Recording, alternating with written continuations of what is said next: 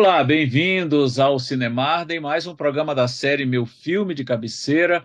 Hoje o meu convidado é o Fábio Rockenbach, jornalista, professor, especialista em cinema. E, como de costume, nessa coluna aqui do canal, eu vou direto à pergunta. Fábio, qual é seu filme de cabeceira? Tudo bem, Marden? Tudo bem, pessoal? A pergunta que vale 1 milhão, né? Para quem ama cinema, qual o seu filme de cabeceira? Bom, como comentei contigo, off, o meu filme de cabeceira são vários, né? E dois deles já foram abordados aqui, né? Mas tem um terceiro que ainda é inédito aqui. E meu filme de cabeceira não vou dizer número 3, empatadinho com os outros ali, Empate Era Uma Vez técnico. no Oeste. Empate técnico, não tem como dizer que é melhor ou pior, é o Era Uma Vez no Oeste do Sérgio Leone. E aliás, filme de cabeceira, né? O conceito de filme de cabeceira ele é bem vago, né? A gente pode ter como filme de cabeceira um filme que ninguém valoriza, que ninguém dá a mínima, né? O filme de cabeceira é Exato. aquele filme que bate fundo na gente, né? Eu tenho a sorte dos meus filmes de cabeceira, né? Só para citar, já foram falados aqui no canal, o pessoal pode procurar aí, ó, o Poderoso Chefão e o Caçadores da Arca Perdida. Todos têm alguma importância na minha vida, mas também são todos filmaços, né?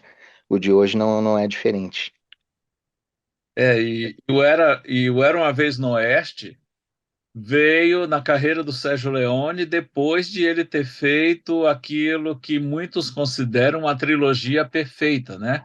Depois de ter feito Por um Punhado de Dólares, Por um Dólares a Mais e o Três Homens em Conflito. Conflito, o Bom, o Mal e o Feio. Eu soube até de uma história que a ideia original do Leone, quando começou a pensar em Era Uma Vez no Oeste, era que aquela sequência de abertura na estação lá de trem, quando aparece o Charles Bronson, que ele mataria, alerta de spoiler, né? Apesar de o filme já ter quase 60 anos, mas ele mataria, estariam ali naquela estação o mal e o feio, o Clint Eastwood, o Eli Walsh e o Lee Van Lee Cleef. Van Cleef. Mas por conflito de agenda e outros problemas não foi possível. Mas é verdade essa história? Dizem que é, né? Dizem que é aquelas coisas de dizem que alguém falou o que, alguém escreveu o que. Vou dizer que eu acho mais bacana que eles não estivessem ali, viu? É essa coisa de autorreferencialidade que a gente está cheio hoje em dia. Eu Mas acho naquela que época isso não existia também, né? não existia. Ia causar um boom na cabeça. Aliás, Um já tem parafuso. coisa ali que tirou o parafuso da cabeça das pessoas, que foi a presença do Henry Fonda ali. Mas eu acho bacana ele não ter conseguido trazer esses três, porque eu coloco Era Uma Vez no Oeste numa escadaria um pouquinho diferente da trilogia dos dólares ali, né? Tanto Era Uma Vez no Oeste como Era Uma Vez na América, que veio depois, são filmes que têm uma outra vibe, uma outra pegada. Não deixaria de ser legal, né, Marta, a gente poder ver os seria estranho a gente ver o Blonde morrer ali também, né? Levar o tiro e cair para trás. Mas eu acho bacana que ele não tenha conseguido, porque eu acho que dá essa individualidade para Uma Vez no Oeste que eu acho tão bacana. Mesmo que, como você tenha falado, a trilogia dos dólares seja praticamente perfeita, né? Eu gosto muito mais do último Sim, e sim. do primeiro do que do segundo, mas tudo que ele fez ali, né? Tudo que ele define ali, que ele vai seguir adiante. E é uma das coisas que eu acho incrível no Leone, porque se você pegar esses filmes que a gente citou, os que vieram depois, mesmo seguindo uma outra pegada, mesmo seguindo uma outra vibe, um outro estilo de cinema, é um cara que se reinventa, ele usa aquilo que ele mesmo definiu lá no Western Spaghetti, mas ele também vai ceder, vai fazer uma homenagem ao Western, que eu acho muito bacana, não era uma vez no Oeste, que foi uma das coisas que me conquistaram quando eu vi o filme. Aliás, ele tem uma história, né? Porque, por que que é o meu filme de cabeceira? Tu deve lembrar, eu posso falar pra ti de igual para igual, né? Quando eu falo pra gurizada, Uhum. eles não entendem. Quando eu era moleque, a gente tinha nos sábados da Rede Globo, a gente tinha Globo. sessões de faroeste. Aham, Bang Eu, Bang é eu, italiana. o Bang Bang, e eu tava naquela vibe de anos 80, né? Começando com batalhas espaciais, coisa e tal. Eu não via nada demais naquilo. Eu falei, cara, que coisa sem graça. Até essa coisa do reducionismo do Bang Bang, né? Eu não gosto desse termo porque parece que é só isso. O Western é só Bang Bang. Uhum. E o Era Uma Vez no Oeste foi o filme que me fez ver que tinha mais coisa por ali. Eu descobri ele naquela mesma onda de descobrir Ben-Hur, descobri o E Vento Levou, o Doutor Zhivago.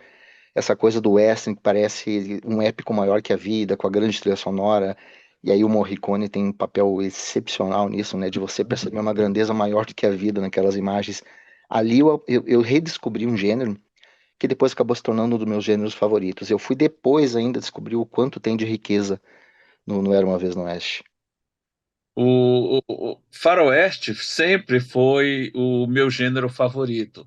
Eu lembro, era o do meu pai, e o meu pai, sempre que passava algum faroeste na televisão, mesmo quando passava muito tarde, ele permitia que eu não fosse dormir mais cedo naquele dia, Aí pode. assistir com ele. Eu lembro de ter visto A Árvore dos Enforcados, com o Gary Cooper na televisão. Eu vi o 3 e 10 para ir o Mar. Vi uma série de faroestes clássicos do cinema americano. Vi Rio Bravo, né, Onde Começa o Inferno. Vi muito desses filmes e acompanhei todos esses programas do Bang Bang Italiano, que passava todo sábado na Globo. Uhum. E foi nessa série de filmes que eu conheci os três Sérgios, né? A Santíssima Trindade dos Sérgios italianos, né? O Corbucci, o Corbucci.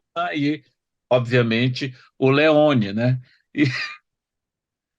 E foi assim, paixão à primeira vista. Eu gostava, porque diferente dos faroestes americanos, que tinha uma coisa, de uma certa forma, um pouco mais solene, eu achava os italianos assim mais sujos, mais autênticos, né?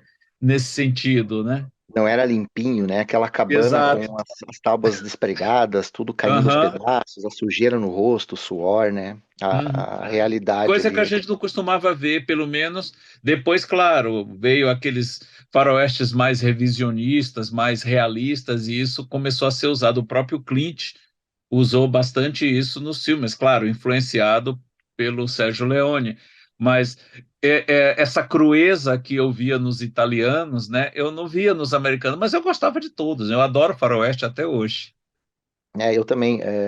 Inclusive, eu comecei a gostar justamente por essa parte do revisionismo, né? Porque no mesmo ano eu fui ver ali o Meu Ódio Será Sua Herança, que é um filme totalmente diferente em tom do Era Uma Vez no Oeste, e aí eu engatei, depois eu voltei. Não, tem coisa aí que eu perdi que eu preciso rever, que eu preciso ver de novo. E aí eu fui voltar a ver de novo os clássicos. É a fase que eu menos tenho apreço, mas ainda assim eu sou apaixonado por vários filmes daquela fase lá, o Rio Vermelho, os filmes do Botker, Uhum, os primeiros filmes do Ford ali, inclusive aquela coisa de você chegar nos anos 50 e ter aquela transformação, né? Acho que tem uma edição muito legal da Filme Cultura. O pessoal encontra as edições completas da Filme Cultura no arquivo nacional, né, para download, para poder ver, uhum. toda dedicada ao western. E aí eles falam sobre os westerns dos anos 50, que o Bazan chamava de metal western, o super western, que aí tem muito mais coisa do que as pessoas conseguem enxergar só quando vem a questão de bang bang, né? Muita coisa É, psicológica ali envolvida. a maioria costuma reduzir os filmes à troca de tiros, e tem isso, obviamente, né? Mas não é só isso. Um filme que eu tinha visto há algum tempo e revi tem mais ou menos um ano, e que eu não o via há bastante tempo, mas para mim foi uma belíssima surpresa, porque eu percebi um monte de coisa, e coisas assim que não são tão claras a uma primeira vista, que é o Johnny Guitar. Ah, sim. Fiquei Dois, assim, então. Dois, então, porque eu no início eu não via nada naquele filme quando eu era mais novo. exato. E depois que eu comecei a entender um pouquinho melhor a questão de movimentação de câmera, ensinação, os atores ali, tudo que significa O uso da cor, o o uso uso da cor do no figurino, personagem. objetos de cena, tudo, eu fiquei, meu Deus do céu. Como é que eu não vi antes? Mas é claro, a gente não está preparado, né? Mas é um filmaço, é fora de série. Inclusive, já que a gente está falando Era Uma Vez no Oeste, né? Outra coisa muito legal do filme é o fato do Leone, quando ele vem para América, né, para fazer essa mescla de dois mundos, né? Tem uma parte ali que tu vê que ele tá extasiado de estar filmando no Monument Valley, né? Ele filmava sempre na Aham. Espanha, que é quando a Jill tá indo para casa e ele faz aquele plano aberto com aquela trilha sonora ali. Tu vê, não, ele tá se esbaldando aqui, né? Dando uma de homenagear o John Ford. mas é o fato dele colocar uma mulher ali no centro da narrativa, que nem era a Barbara Stanwyck lá no no Almas de Johnny Fúria, que Guitar. nem a Johnny Guitar também, né? Então, é outra coisa que eu acho muito bacana, é que ele vem, ele homenageia, mas ele ao mesmo tempo ele não pega tudo aquilo que é próprio do western, né, em relação aos temas, né? Eu sempre falo que o Western Spaghetti ele parece esquecer que existem índios no Western, né? Aí quando você vem ali no Era Uma Vez no Oeste, a gente só vê os índios uma vez ali, né? Quando eles estão descarregando carga e trabalhando para o homem branco, né? Então ele meio que ignora isso. Eu acho muito bacana isso, porque ele homenageia, mas ao mesmo tempo ele mantém algumas raízes da visão dele do Oeste, né? Ele pega uns temas, ele muda alguns, ele usa a vingança, né? Ele usa a questão da chegada do trem, mas outros ele deixa de lado. Não, isso aqui não me interessa, mas ele consegue fazer essa homenagem muito bacana ainda assim, né? E usando a mulher, né? Porque também não deixa de ser um novo olhar para aquele western, né? E claro, ele como europeu e a visão dele seguramente é bem distinta. É como se, não, sem exagero nenhum, é um western só dele, porque você não consegue, você até percebe pequenas influências em alguns momentos, principalmente do John Ford, mas, mas é Sérgio Leone. Você não pode dizer, aqui ele está emulando isso, ou aqui Uhum. ele está copiando aquilo. Não. Mesmo que alguma sequência, num primeiro momento, te lembre a de um outro filme, mas ele refaz de um jeito. Eu costumo até fazer um comparativo que algumas pessoas até não entendem. É mais ou menos como os covers que o Johnny Cash faz. Ele pega uma música de um outro intérprete, de um outro cantor, Transforma a a nova música dele. versão, e você. Não, isso é Johnny Cash, essa música é do Johnny Cash. Eu conheço essa letra, eu sei, eu já ouvi em outra voz, mas não tem como estabelecer uma relação ali. Uhum. Não é É, uma simples cópia, ele recria mesmo. é essa coisa do. A gente comentava ali brincando antes do tempo, né? De como ele estica o tempo, de como ele vai explorando cada elementozinho ali. Aquela cena inicial, a gente fala em mise-en-scène, né? A maneira como ele coloca os personagens entrando e saindo em pequenos vãozinhos ali, com a Uhum. câmera parada, estática, aquilo ali é um balé, né? Aquilo ali é Uhum. arte pura. Sim, e a música do Morricone que é toda em cima dos ruídos do ambiente, né?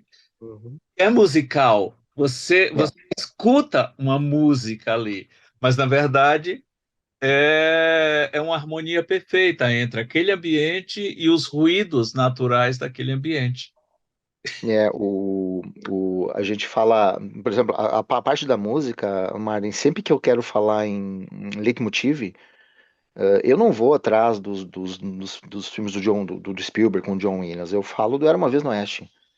Porque ali é impressionante como cada música que o Morricone faz, ela tá totalmente ligada com o personagem, a tal ponto de que as músicas que definem o Cheyenne, o Harmonica, o personagem do Henry Fonda, elas surgem antes do cara aparecer. Você Sim. ouve a música primeiro e você sabe, não, esse cara vai aparecer. E o que eu acho Uhum. muito bacana ali, é que quando a gente tem a morte lá no final do Cheyenne, não existe spoiler pro filme de 68, tá, pessoal? Quando tem a morte do Cheyenne lá no final, eu acho muito jóia que o Cheyenne morre, a música morre junto. A música tá tocando, vai tocando e pá. É a mesma coisa o Henry Fonda. Quando ele É morre, a como se música. fosse aquele marcadorzinho do Exato. coração. Ela parou É, e acabou. parou e acabou. Porque a música ela tá ligada com o personagem. O personagem não existe mais, não existe mais a música, né? É fora de série. E ainda a gente vai ter a grande música, né? Aquela música mais imponente, épica, que é justamente a música da Jill, né? E esse uso do som, esse uso de mise-en-scène que a gente falou, de encenação, tu não tem paralelo em outros filmes de western. Você pode olhar quantos filmes você quiser, você pode buscar de diferentes maneiras, tudo que tu achar interessante em vários filmes, e cada um deles vai ter a sua maneira, coisas interessantíssimas, mas a maneira, o domínio que o Leone tem em tudo aquilo que ele está ensinando é fora de série. Cada vez que eu vejo o filme, eu consigo puxar novas coisas. Você falou em europeu, olhar europeu. O olhar europeu não é só o do Leone ali filmando, né, Marli? A gente tem Sim. um roteiro que tem mais dois, tu tem o Bertolucci, tu tem o Argento, e aí tu sai daqueles diálogos que são aqueles diálogos mais banais que você está acostumado a ver, para praticamente todos os diálogos tem uma sutileza, tem um duplo sentido. Eu acho, eu me esbaldo dando uma olhada no filme, eu sorrio sozinho quando eu vejo o Charles Bronson falando dos três casacos, onde tinham três homens, agora há três balas naqueles homens, quando eles falam Uhum. esses diálogos, o diálogo inicial não se fala, né? Quando ele comenta lá do Bring a Horse for Me, tudo do início ao fim é algo que foge do óbvio e que vai usar a sutileza ali. Isso aí é uma coisa que poucos filmes vão conseguir fazer. O próprio Leone depois ele não vai conseguir fazer. O Era uma Vez na América ele é espetacular de uma outra maneira, né? Sim, é um outro contexto, um outro cenário, bem diferente. Tão grandioso quanto, mas como o western, não... Era uma vez na América com esse clima meio fabuloso que ele tem, né? Fabuloso no sentido assim de fábula mesmo. O Era uma É, vez não está ali por acaso, né? Não é simplesmente só para deixar um título mais bonito, é porque realmente é uma fábula que ele está contando com aquela história, né? Um recomeço de vida para a personagem pra Cláudia Cardinale, num ambiente completamente distinto e daquele que ela esperava encontrar, e ela, como você bem frisou no começo da nossa conversa, uma mulher nesse contexto, né? Tendo que passar por tudo aquilo e, de uma certa forma, não só refazer a vida dela, mas como ela imaginava inicialmente, mas refazer a vida que ela imaginava que iria refazer. Uma coisa é, muito ela é maior. o centro, né? Tudo ali gira em torno dela. Sem essa personagem não existe história, né? E é muito bacana que ela tá ligada com a chegada do progresso, com a chegada da civilização, com o O surgimento da trem, cidade, com o trem. É, o Leone, ele também ele faz aqui coisas que ele não faz em outros filmes dele, e é o motivo de eu levar esse filme lá em cima. Ele tá toda hora criando algum tipo de significado simbólico ali, né? Ah, a gente tem uma bala que mata um menino, e de repente tem um corte do cano do revólver se transforma no trem vindo. Então tu tem aquela ideia de que o que matou aquele menino, aquela família, foi a chegada do trem, né? A gente tem eu acho muito interessante, muito bacana isso, que eu nunca tinha percebido, de repente eu percebi na última vez que eu vi, que a gente tem uma miniatura de um trem de madeira na mesa lá da casa da Cláudia, né, da Jill, quando ela tá conversando com o Cheyenne, tá aquela miniaturazinha de trem, assim, de repente a gente tem um corte que a gente vai lá pro trem como é que é o industrial lá, o cara que tá construindo, aham, o eu cara sei. que tá conduzindo, e a gente tem um corte, e a gente sai daquele trem de madeira que tá ali na frente, a gente vê aquele trem todo metálico, perfeito. Então, essa diferença dos dois, do cara que tá lá, dela que tá pobre, do cara que tá rico, e esse cara tá sempre envolvido, ele só consegue andar apoiado em coisas metálicas, e ele simboliza o próprio trem que tá chegando. Nossa, Marlene, é uma riqueza que às vezes você fica pensando, cara, de onde é que vem? Né? A cada vez que eu vejo um pequeno detalhezinho ali, um corte que vai fazer uma ligação com alguma coisa. Eu me lembro de ter visto agora a cena em que a Jill chega, que ela descobre que a família morreu e tem o velório. Ela se joga na cama e o Leone, em vez de filmar ela de baixo, ele bota aquela câmera lá de cima e a gente enxerga ela através de uma colcha. Aquilo ali parece uma mortalha, parece uma Tá, né? máscara fúnebre que ela tá embaixo. Uhum, Então, exato. é rico demais, é rico demais. Você já teve esse impacto com o filme quando o viu pela primeira vez? Você lembra a idade que você tinha quando viu esse filme pela primeira vez? Lá pelos 14, Então você deve ter visto na televisão, né? Seguramente. vi na televisão, como eu te falei, foi bem naquela época que eu estava descobrindo os Uhum. clássicos do cinema, os grandes épicos, que é aí que eu me apaixonei por essa coisa que a gente não enxerga muito mais hoje, né? A grandiosidade da produção, os milhares de extras, a trilha sonora, etc e tal.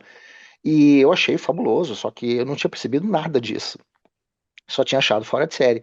Eu vou descobrir aos poucos cada vez mais coisas sobre esse filme à medida que eu for revendo ele. Eu já revi, sei lá, o que, 8, 9 vezes eu já vi esse filme. Eu tenho um posterzinho lá em cima, tá aparecendo aqui Aham. atrás. Dá para ver as pernas dos. Dá pra ver as pernas deles ali. Então, a cada vez que eu vejo, e acho que isso é que é a riqueza dos grandes filmes, né? O Poderoso Chefão é outro também, que a cada vez que você vê, você descobre novas coisas, né? Os grandes filmes fazem isso com a gente. A gente vai pegando pequenos detalhezinhos ali que vão melhorando.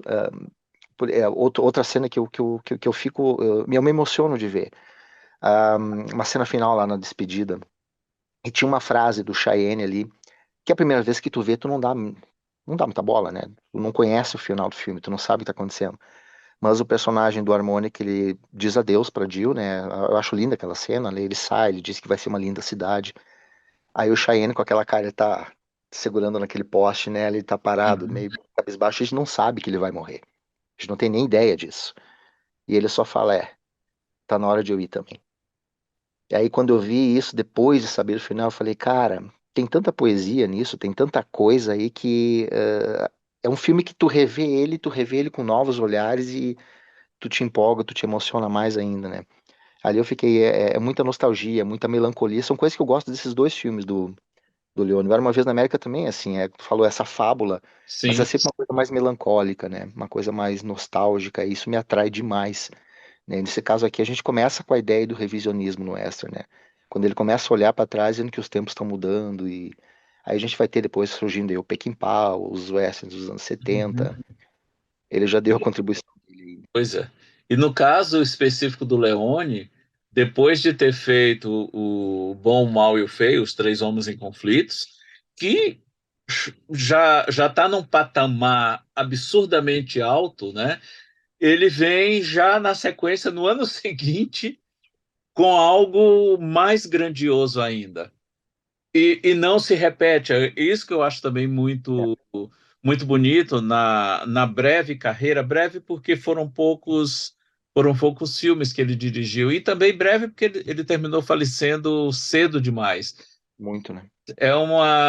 Se você considerar deixar de fora aquele primeiro filme de gladiador que ele fez e se concentrar nos três faroés, nos quatro ou cinco faroés que ele vê, porque tem Quando Explode a Vingança, Só de vingança.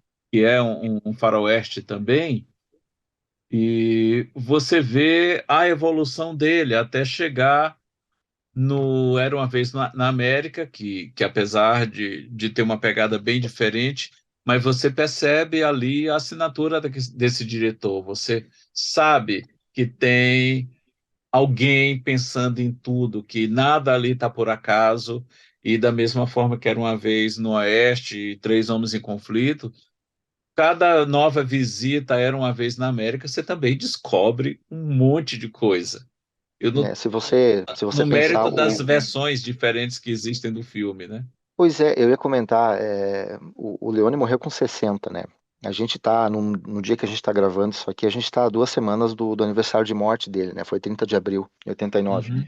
E muito do infarto, da morte que ele teve foi pelo que fizeram, né? Com o Era Uma Vez na América. Na América, Que o filme ele exatamente. foi depredado, ele foi exibido em ordem cronológica, com pouco mais de 2 horas, né? Mutilado Ao mesmo tempo, completamente. mutilado, ao mesmo tempo que exibiam esse filme com 2 horas e 20 aqui, ele era exibido com 4 horas na Europa. O Roger Ebert viu o filme lá e ele deitou os cachorros em cima da Warner, né? O que que estão fazendo com esse filme que não está sendo exibido como ele deve ser, porque ele é uma obra-prima. E aqui ele fracassou, né? Ele ficou menos de um mês em cartaz.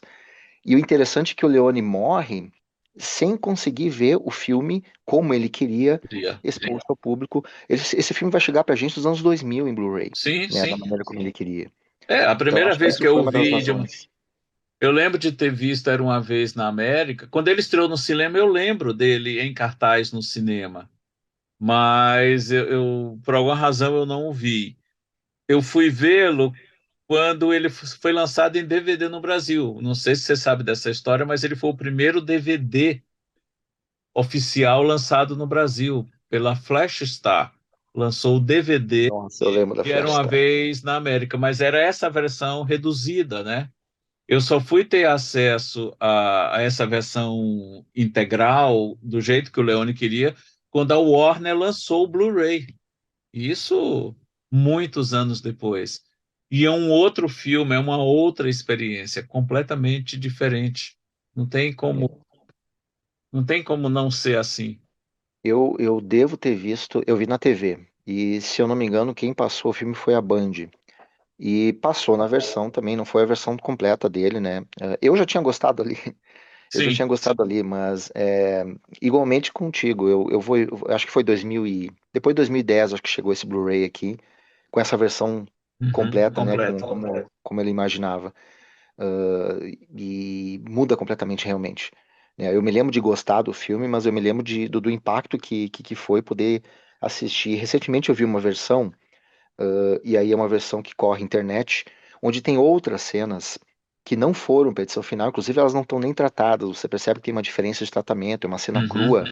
E são pequenas cenas, são coisas de 5, 10 segundos que foram tiradas, que torna a versão ainda maior, né? Não muda nada substancialmente, mas para a gente ver o quanto tem por se dizer, o quanto material ainda teria, né, para contar essa história que ele era apaixonado, né? Era o grande projeto da vida dele.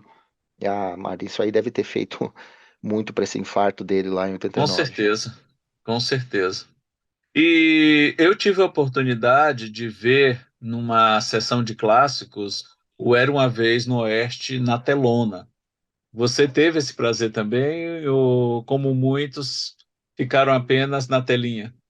Nunca, nunca. Há alguns anos, eu pensei, bom, a gente comentava antes, eu moro no interior do Rio Grande do Sul. Isso aqui é o tipo de coisa que não chega aqui. Exibições de clássicos e etc e tal, teria que ir para uma capital onde tivesse isso. Aí eu investi num telão, deixei uma parede imensa aqui em casa, totalmente branca, para eu poder recuperar. Coloquei uma caixa de som. A única maneira que eu tenho para conseguir ver meus filmes é assim. Aí eu consegui ver o Lawrence da Arábia, consegui ver o Era uma Vez no Oeste, mas aquela coisa da sala de cinema, daquela projeção enorme, imensa, daquele som, isso é uma experiência que me dá inveja. Alguém comentou hoje, eu postei um material sobre o Lawrence da Arábia, um videozinho curto. E alguém comentou, esse aí eu vi no cine da rua tal, não sei o que, em São Paulo. Eu só botei, cara, que inveja. É, Isso eu vi Lawrence da Arábia no cinema e vou te deixar babando agora. Eu sou curador do Cine Passeio aqui em Curitiba e nós já acertamos, vamos exibir ainda esse ano Lawrence da Arábia, cópia restaurada em 4K no cinema, na telona. que muita gente possa te acompanhar nisso aí, porque Lawrence da Arábia é um filme que não pode ser visto em tela pequena. Não, Lawrence da Arábia precisa ser visto em tela grande, né? não, É uma é experiência. filme para tela gigante. Quanto maior a tela, Quanto melhor. maior, melhor. Se fosse o IMAX, assim, seria melhor. Então, Fábio, eu só posso te agradecer por essa conversa. Eu sei que um filme como esse, né, não faltaria assunto para a gente continuar horas e horas conversando. Mas antes de a gente encerrar, quem quiser acompanhar teu trabalho, onde é que encontra? Onde é que te encontra? No Twitter, principalmente, enquanto o Twitter está vivo ainda, é o Rockenbach Fábio, produzo muita coisa lá, conteúdo, coloco fios, eu gosto de usar o Twitter de forma didática, enquanto ele ainda permite que se faça isso. Eu tenho um Instagram, né, o Experiência do Cinema, que é o nome do curso online que eu tenho, que agora está com inscrições fechadas, mas eu uso o mesmo nome. Eu tenho um canal no YouTube, que é o Cena a Cena, tá, que eu deixei de alimentar depois que eu comecei a fazer meu curso, mas que tem muito material lá, tem dezenas de vídeos, e o foco é sempre cinema, cinema clássico, análises. Inclusive, tem um videozinho bem bacana lá sobre o uso da música no Era Uma Vez no Oeste, que fala de muita coisa que a gente falou aqui, inclusive exemplificando e mostrando as músicas. Então, quem gosta do filme, dá uma passada lá, que eu acho que vai gostar do vídeo também. E eu vou colocar todos esses links aqui na descrição do vídeo. Mais uma vez, obrigado, Fábio. E eu que tenho que agradecer. Imagina, faz muito tempo que eu ouço, vejo teu canal, que eu leio, já te indiquei para alunos meus aqui no Núcleo como um dos Obrigado. que vale a pena acompanhar, então é um prazer muito grande ser convidado e participar do quadro. Obrigadão. Até o próximo Cinemarden. Até mais.